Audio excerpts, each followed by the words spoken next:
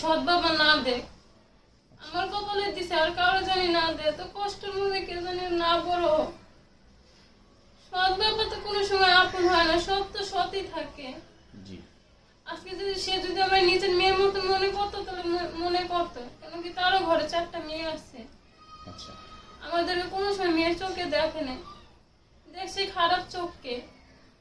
ছোট থেকে বড় হয়েছি খালি খারাপ কথাই শুনে শুনে বড় হয়েছি। যদি তার কথা মতন চলি তাহলে বাসায় থাকতে পারি, আচ্ছা। কিন্তু তাদের কথা না শুনলে আমার মারা ধরে ধরে মারতো। আস্তে আস্তে বড় হয়েছি, অনেক কষ্টতেই বড় হয়েছি, মানুষের বাসা বাড়িতে কাম করছি। কারণ আমার ওইসব কথা না শুনে আমি যদি অত খারাপ হইতাম তাহলে নাহলে পাড়াই চলে যেতাম গা। কিন্তু তারা তো বাবা দায়িত্ব, কিন্তু বাবা এরকম কেন হইব?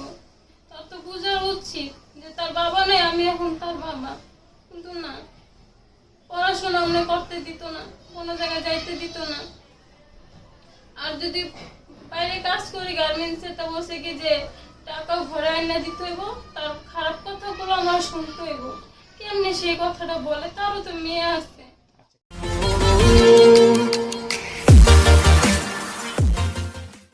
সুপ্রিয় দর্শক, আসসালামু আলাইকুম। দেশে এবং দেশের বাহিরে এই মুহূর্তে যে যেখান থেকে আমাদের ইউটিউব চ্যানেলটি দেখছেন, আপনাদের সকলকে প্রীতি ও আন্তরিক শুভেচ্ছা জানিয়ে শুরু করছি আমাদের নিয়মিত অনুষ্ঠান জীবনের গল্প। সম্মানিত দর্শক শ্রোতা, আমরা বিভিন্ন সময় বিভিন্ন অসহায় নারী উদ্যোক্তা এবং সমাজের বিভিন্ন ভাইরাল ইস্যুগুলো আপনাদের মাঝে তুলে ধরার চেষ্টা করি। সম্মানিত দর্শক শ্রোতা, আজকে আমরা আছি রাজধানীর মিরপুরের একটি অঞ্চলে। আমরা কথা বলবো আজ একজন অসহায় বোনের সাথে। এই বোনটি একজন গার্মেন্টস কর্মী। আসলে তার জীবনে কি ঘটেছিল, কি তার জীবনের কষ্ট, সেই কষ্টের কথাগুলো আজকে আমরা আপনাদের মাঝে শেয়ার করব। তো দর্শক শ্রোতা, আমরা এই বোনের কাছে যাচ্ছি, তার সাথে কথা বলে এবং আপনাদেরকে মূল পর্বে নিয়ে যাচ্ছি। আপু, আসসালামু আলাইকুম। ওয়ালাইকুম আসসালাম। আপু, কেমন আছেন? মোটামুটি ভালো আছি। শুরুতে একটু আপনার পরিচয়টা দেন। আপনার নাম কি? মোসাম্মদ টুম্পা। মোসাম্মদ টুম্পা। আচ্ছা, তো টুম্পা আপু, আপনার পরিবারে কে কে আছে? আমার পরিবারে জি। আমার মা আছে, জি। সব বাবা আছে, জি। ভাই আছে, বোন আছে। আচ্ছা, আপনারা কয় ভাই বোন? আমরা 5 ভাই বোন। 5 ভাই বোন। হুম। আপনি কয় নম্বরে? আমি মেজো। আপনি মেজর। হুম। আচ্ছা, আপনাদের গ্রামের বাড়ি কোথায়? আমাদের গ্রামের বাড়ি সাতক্ষীরা। সাতক্ষীরা। আচ্ছা, তো ঢাকায় আসছেন আপনি কত বছর আগে? আসছিলাম তখন আমি খুব ছোট। ছোট। আমার বাবা মারা যাওয়ার পরে আমরা ঢাকায় আসছিলাম, তখন আমার 1 বছরের আমার মার কোলে। তখন আমরা 2 বোন ছিলাম। হুম। আমার বাবা ক্যান্সারে মারা গেছিল গা। হুম। পরে আমার আম্মু ঢাকায় আসছিল। আচ্ছা। ঢাকায় আসার পরে আমার আম্মু মানুষের বাসায় কাজ করে আমাদেরকে চলাইতো। জি। পরে একটা লোক তারে অনেক পছন্দ করে বিয়ে করছে। তো আমার মা মনে করছিল কি যে 2টা মেয়ে আছে, তার সুখের জন্য আমার বিয়েটা করলো। জি। কিন্তু কি সুখটা তো হইল না। আচ্ছা, তো আপনার কি মনে আছে আপনি কত বছর আগে ঢাকায় আসছেন? আমার মনে বললাম না আপনাকে, আমি 1 বছরের কোলে তখন। আচ্ছা। আচ্ছা। তারপরে তো শুরু হইলো। আচ্ছা, আপনি পড়ালেখা করেছেন? হ্যাঁ, নিজে অনেক কষ্ট করে 5 পর্যন্ত করছিলাম, তো পরীক্ষাটা দিতে পারিনি। আচ্ছা। ওই যে সৎ বাবার ঘরে। আচ্ছা। আচ্ছা, তো আপনি আপনার মা যখন ঢাকায় এসছে মানুষের বাসা বাড়িতে কাজ করতে, এবং আপনার মা একজনকে পছন্দ করে বিয়ে করে আপনাদের সুখের আশায়, তাই তো? জি। তা আসলে সেই সুখ কি আপনাদের কপালে হয়েছে? আপনারা না। সেই সুখ পেয়েছেন? কোনোদিনই পাইনি। আচ্ছা, তো সেই কষ্টের কথাগুলো যদি আপনি আমাদের মাঝে আমাদের দর্শকদের কাছে যদি শেয়ার করেন, যে আসলে আপনার জীবনে ঘটে যাওয়া যে কষ্টগুলো, যে কষ্ট নিয়ে আপনি বড় হয়েছেন, হ্যাঁ, সেই ছোট্ট মেয়েটি আপনি আজকে কিশোরী, এবং আপনার সেই পিছনের কষ্টের কথাগুলো যদি আপনি আমাদের মাঝে শেয়ার করেন। মা তো করছিল, মা বাচ্চায় সবসময় সন্তানের সুখ। জি। কিন্তু কি আমাদের 2 বোনের কপালে কোন সময় সুখ হয়নি। সৎ বাবা তো আল্লাহ করে কারো জানি সৎ বাবা না দেখ, আমার কপালে দিছে আর কারো জানি না দে, তো কষ্টের মধ্যে কেউ জানি না বড়। সৎ বাবা তো কোনো সময় আপন হয় না, সৎ তো সৎই থাকে। জি। আজকে যদি আমার নিজের মেয়ের মতো মনে করতো তাহলে মনে করতো, কেন কি তারও ঘরে 4টা মেয়ে আছে। আচ্ছা। আমাদেরকে কোনো সময় মেয়ের চোখে দেখে নাই, দেখছি খারাপ চোখকে। ছোট থেকে বড় হয়েছি, খালি খারাপ কথাই শুনে শুনে বড় হয়েছি। যদি তার কথা মতন চলি তাহলে বাসায় থাকতে পারি, কিন্তু তাদের কথা না শুনলে আমার মারা ধরে ধরে মারতো। আস্তে আস্তে বড় হয়েছি, অনেক কষ্টতেই বড় হয়েছি, মানুষের বাসা বাড়িতে কাম করছি। কারণ আমার ওইসব কথা না শুনে আমি যদি অত খারাপ হইতাম তাহলে নাহলে পাড়াই চলে যেতাম গা। কিন্তু তারা তো ওই বাবা রেখেছি, কিন্তু বাবা এরকম কেন হইব? তার তো বোঝা উচিত যে তার বাবা নেই, আমি এখন তার বাবা। কিন্তু না, পড়াশোনা অন্য করতে দিত না, কোনো জায়গায় যাইতে দিত না। আর যদি বাইরে কাজ করি গার্মেন্টসে, তা বসে কি যে টাকাও ঘরে আইনা দিতে হইব, তার খারাপ কথাগুলো আমার শুনতে হইব। কেমনে সেই কথাটা বলে? তারও তো মেয়ে আছে। আচ্ছা, কেন খারাপ কথা বলে আসলে এটার কারণটা কি? কারণ তো জানি না, ওই যে মেয়ের চোখে তো কোনো সময় সৎ বাবা দেখে না, দেখেন না। আচ্ছা দেখে তো খারাপ নজরে। আচ্ছা, তো আপনার এখন বয়স কত? এখন আমার বয়স 17। 17। তো আপনি যখন মানে সংসারে আছেন, আপনার যাকে বাবা হিসাবে মেনে নিয়েছেন, আপনার দৃষ্টিতে সে আপনার বাবা, তো তার আসলে আচরণগুলো সে কেন করতো, বা আসলে কি ধরনের আচরণ করতো যে আসলে আপনার মানে যেটা আপনি সইতে পারছেন না বা আপনার কষ্ট হতো? আমার শরীরে হাত দিত, এগুলো আমি সইতে পারতাম না। আমার মারে বললে আমার মার কথা সে বিশ্বাস করতো না, আর বলতো কি না তোর মেয়ে এগুলো মিশা কথা বলে। আমি এগুলো বলিনি, নগদ কোরআন শহীদদের মিশা কথা বললে হয়তো। আর মারে ধরে মারধর করতো, আমারও মারতো, মায়ের নাক মুখ ফাটাই দিত। পরে যে যদি তাও একটু মারে দেখতে যাই, তাও ঘরে অশান্তি লাগায় দেয়।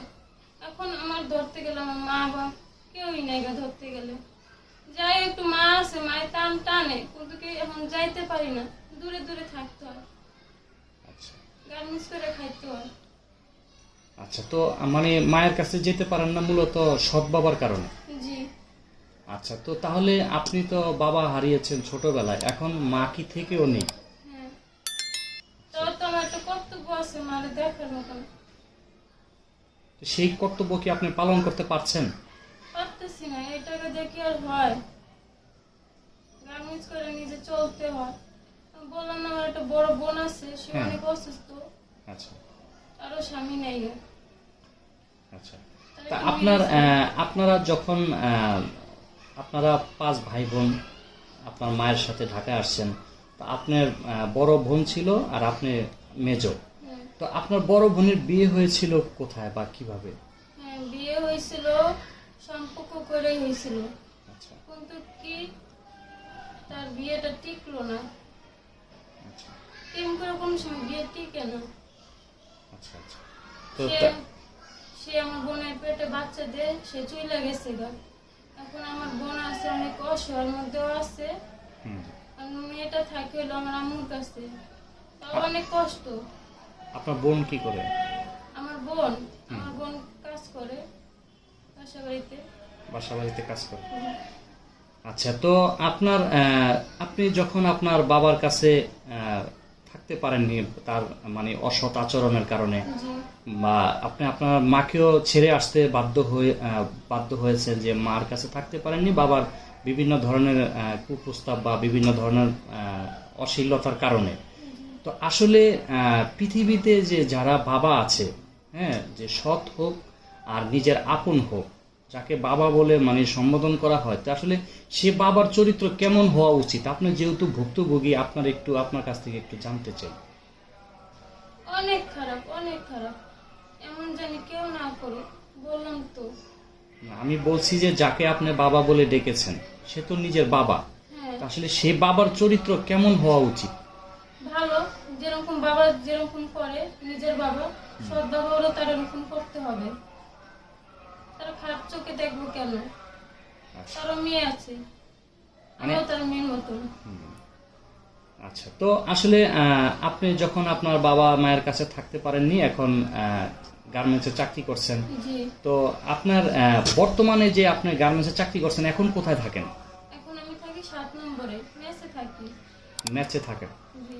আচ্ছা, তো এখানে আপনার ম্যাচ ভাড়া কত, বা আপনার কিভাবে আপনি এখানে থাকছেন? এখন সব জায়গায় তো 4,500 টাকা করে রাখবো, কিন্তু সে আমার মার মতন মেয়ের মতন মনে করছে। হুম। সে আমার কষ্টের কথা জানে দেখে আমার কাছে কম টাকায় রাখছে, যে মা তোর আমি 3,000 টাকাই তুই দিস, আর বেশি না। আচ্ছা, তো আপনি আসলে আপনি যেমনটা বলেছেন যে আপনি আসলে আপনি যে চাকরি করছেন, তো সেখানে যেই টাকা বেতন পান আপনার বোনকে চালাতে হয়, হ্যাঁ। পাশাপাশি আপনার বোনের একটি বাচ্চা আছে, তাকেও আপনি দেখছেন। তো আসলে তো আপনার এই টাকায় চলতে আপনার কোনো ধরনের অসুবিধা হয় কিনা, বা এই টাকা দিয়ে কিভাবে চলছেন? অনেক অসুবিধা হয়, চলা যায় না এটা দিয়ে।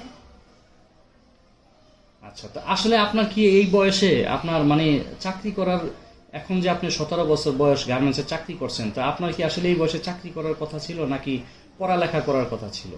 না, চাকরি করার কথা তো ছিল না, আমারও তো অনেক ইচ্ছা ছিল পড়াশোনা করার জন্য, কিন্তু সব বাবা করতে দেয়নি। যখন নিজের টাকা দিয়ে কিছুটা একটু পড়াশোনা করতে গেছি, সেটার মধ্যে করতে দেয় নাই। তাহলে আর কি। আচ্ছা, তো আমাদের সম্মানিত দর্শক, আমরা এই বোনটির গল্পটি আপনাদেরকে যেমনটা শোনাতে পেরেছি, আমরা পর্যায়ক্রমে তার লাইফ স্টোরিটি পুরোপুরি আমরা আপনাদের মাঝে তুলে ধরার চেষ্টা করব। তো আসলে আপু, আমাদের এই ভিডিওগুলো দেশ বিদেশে যারা প্রবাসে আমাদের ভাইরা আছেন এবং আমাদের দেশের বাংলাদেশে যারা বসবাস করছেন এবং সারা পৃথিবী জুড়ে যারা আমাদের এই ভিডিওগুলো দেখছে, তো তাদের উদ্দেশ্যে আপনার কিছু বলার আছে? কি বলবো বলুন? আপনার আপনার সাথে যদি কেউ যোগাযোগ করতে চায়, আপনার কন্ট্যাক্ট নাম্বারটি কি আপনি দিতে চান আমাদের এই হ্যাঁ, কেউ ভিডিওতে? যদি আমার সাথে যোগাযোগ করতে চায়, আমি কন্ট্যাক্ট নাম্বার দিব, তার যোগাযোগ করতে চাইলে করবে। আচ্ছা, সম্মানিত দর্শক শ্রোতা, আপনারা যদি এই বোনটির সাথে যোগাযোগ করতে চান বা তাকে কোনো আর্থিক সহায়তা দিতে চান, তার আসলে জীবনের গল্পটি খুবই মর্মান্তিক, যে যাকে বাবা ভেবে, যাকে বিশ্বাস করে বাবার মর্যাদা দিয়ে, যার সাথে তার ছোটবেলা থেকে জীবনটি শুরু করেছেন, আসলে সেই বাবাই এই মেয়েটিকে আসলে বিভিন্ন ধরনের নির্যাতনের হয়রানি করতে এবং বিভিন্ন ধরনের ইফটিজিং করে তাকে মানে শারীরিক লাঞ্ছিত করার চেষ্টা করতো, যার ফলে সে বাবা মায়ের কাছে থাকতে পারেনি।